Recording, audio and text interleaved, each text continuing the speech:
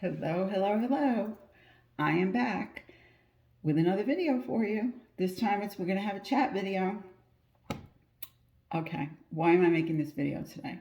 I'm making it because I feel the need to have this chat with you about my thought process regarding tracking and NutriCheck app religiously and posting it in my videos. At this point in time, I'm feeling somewhat overwhelmed with starting my new job, and I'm finding it to be an extra step that for my personal self I don't need to do in terms of tracking everything in NutriCheck. I do use NutriCheck. I will use it, continue to use it, pardon me, to look foods up because I want to know what the calories are. But in terms of for my weight loss journey right now, I don't need to be tracking necessarily in NutriCheck. And I think it's going to be at this point too much for me to do because of my new job and because I'm also feeling like I can spread my wings a little bit and start to not maybe fly all the way, but do some baby steps in flying, which was my mission in the first place. My mission is to, as you all know, do whole foods plant-based eating. Whether or not I'll actually succeed at that is questionable. However, in trying to do so, people who do whole foods plant-based generally do not track calories. They just eat. I just want to eat. I want to get back to where I used to be when I was really, really healthy, which is not that many years ago, but it's starting to feel like it's becoming that many years ago. Time is passing, and I'm not feeling confident that I'm going to get there. So I need to kind of focus myself on getting there. Probably now more than any time before. Pardon me, I have this coffee here. I have to have some. Sorry.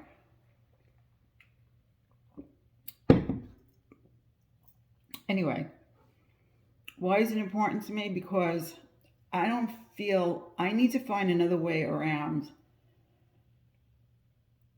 the diet thing.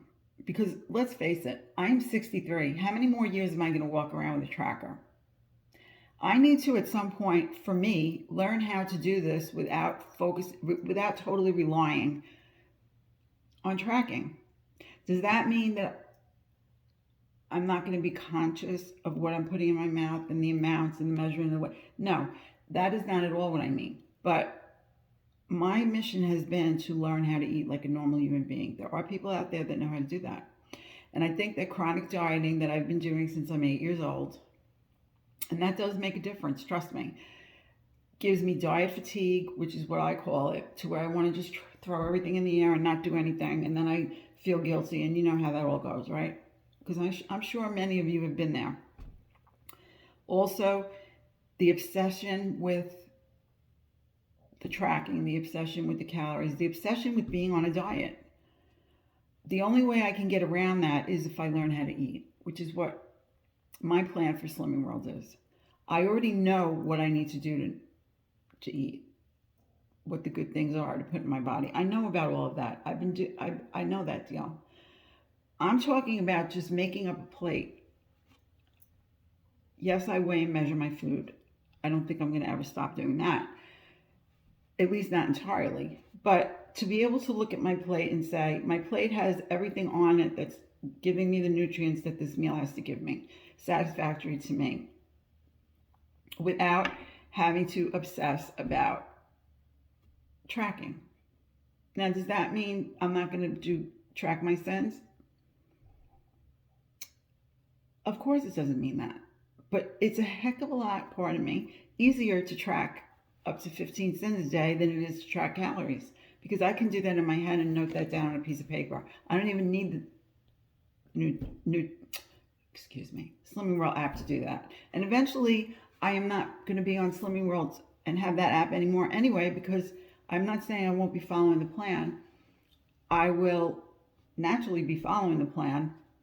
I'll be doing Slimming World at home because I will never reach lifetime, as I call it, as we call it in Weight Watchers, because I don't live in the UK. I can't get weighed in person and go to groups. So am I going to want to pay this the rest of my life? No. But what I am going to do is my best to take the most from this plan And even if I have to make some adjustments to my personal life, which I think most people probably end up doing, especially as they reach their goal or pass their goal and they're at target, I think that people realistically, when they've done it long enough, and I do watch someone that does it at home, and like she says, I don't have the app anymore, but even if she stays with the old plan, like people on Weight Watchers use the healthy app and they can use all the old Weight Watchers plans that they like better than the new one, let's say, um, same difference. So, why am I telling you all this? Because I wanted to give you a fair explanation or an explanation in all fairness to you for why I'm going to have to be changing things in the videos. I will give you the calories for an ingredient if I know it. I don't have a problem in my hauls turning things over and showing calories if it's something new. You know, I naturally do that because that's just what I do. And so I hope you don't mind. But again, if you've watched my videos since January 2nd, my What I Eat in a Days, you clearly see what my calories are. I mean, my meals are not that different day to day. They're based on a half, if you want to call it a third and a third and a third, or, you know, you're looking at my plate. Most of the time you can see it's delineated on the plate exactly which is my starch, which is my protein, and what's my speed and my vegetables. You know, and I do tell you that. I describe, if it's speed, you know, that means it's a non-starchy vegetable. If it's a free vegetable, that means it is a starchy vegetable. Your peas, your corn, your potatoes. So that's a given. So you know what that is. And I know you don't need me to show you how to track a cup of peas at this point. We've been doing this a long time, right? You don't need me for that. What I'd like you to take from my meals is the nutritional value of the meal. I think that is beneficial for all of us to learn about. That's why I watch all kinds of people, because each person, I watched a young woman today. She's a physician. Oh my God, what a story. She has had cancer. She's a survivor. She's so young. And she's talking about the 10 fruits that kill cancer. And I watched it even though I pretty much know what they are because Dr. Lee has done a great job of telling us that, Dr. Greger and also Dr. Funk, telling me that, I mean. But I still watched her and I listened to her because you can always learn something. People bring different things to the table from their experience and from their research knowledge, their general knowledge. So I don't mind if it's a repeat of something because generally I will get something out of it. Same thing with another woman who was prepping 14 salads for the week, 7 for her, 7 for her husband. I was really interested in watching her and listening to what she had to say. She is a vegan. She follows Dr. Furman, which I figured out based on the fact that their main meal of the day is a salad. But she explained that the different ways that she makes it and how she tweaks it and all of these interesting things that I could add into my life without being a vegan, but are healthy for me. So that's what I would like to do for those of you, in addition to being a source of support, being someone that is going to tell it to you the way it is, because sometimes we all need to hear that, and being the way I am. I generally am very honest with you. I try to be. And, you know, to be somebody that can motivate you, to get you off of that chair, that couch, you know, that recliner, get you out of that bed and get you to rethink what you're doing in your life. The mission is to motivate you to start thinking for yourself about what it is that you need to do in your life to give yourself longevity, but not just that you want to live longer. You don't want to live longer in a nursing home. I don't. I want to live longer as a healthy person, as best as I can do, in good conscience. I don't want to be on my deathbed if I'm going to be on a deathbed. I pray that I could just go in peace in my sleep, truth be told. But if I don't have that option, I don't have that option to say what I want. I could wish it, but doesn't mean it's going to bring it. That I don't go with regrets. I don't want to die with regrets. Okay, guys? I don't think anybody wants to, but I think the problem is we get so caught up in life that we don't think about important things sometimes. We don't think about that, yes, we want to lose weight, but why? There's so many people out there that want to lose weight, but they never say that they're concerned about losing weight for their health. I've seen many people just want to lose weight. If you put the word health in front of you, the word heal is in that word. If you put the word diet in front of you, the word die is in that word. Do you want to eat healthy, or do you want to diet and die? Because dieting in and of itself generally doesn't last very long. I've done it. You're speaking to someone who has been doing this. I've been on so many diets, I couldn't even list them anymore. That is how many. If you told me, have you been on this one? I might recall having been on it at this point. I might say, oh yeah, I was on that one too. Most probably I would.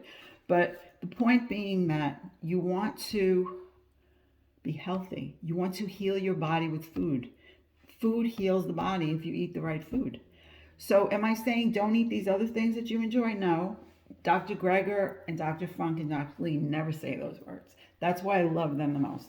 They say, instead, eat these foods, because this food is going to do this for you. That food is going to do that for you. You don't even need to know what these foods will do for you to make you a healthier person. Just eat them. They're not saying don't have a bar of chocolate. Of course, if you ask them, they would say it would be best that you not. For your body, it would be best in your health. However, they really don't focus on that, which makes it so much easier to try and actually eat healthy. Because the more we eat healthy foods, the less we are going to be having room to eat these other foods. Does that mean we're not going to eat them at night? Not necessarily. But it surely does help a lot if we're only eating junk food at night as opposed to junk food throughout the day. Don't you think? Does that make sense? No, seriously. If you think about that for a second, right? Hey, gee, if I focus on eating a healthy breakfast, lunch, and dinner every day, stick some healthy, enjoyable. It has to be enjoyable. I never said the words that it has to be like you're eating grass in a bowl, okay? We're not cows. But put the word healthy and the word heal in there. Foods that will heal my body, that will make me healthier, foods that taste good to me. I'm sure you can find a lot of foods that you would really enjoy eating if you season them up right and you cook them in the way you like them, that are healthy.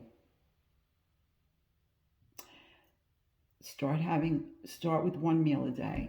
Go to 2. Get yourself to 3. That's like 80% the way there. And Dr. Greger is famous for saying, even if you did, based on the research reviews that he does, if you did this 80% of the time, you're 80% the way there. Doesn't that sound positive?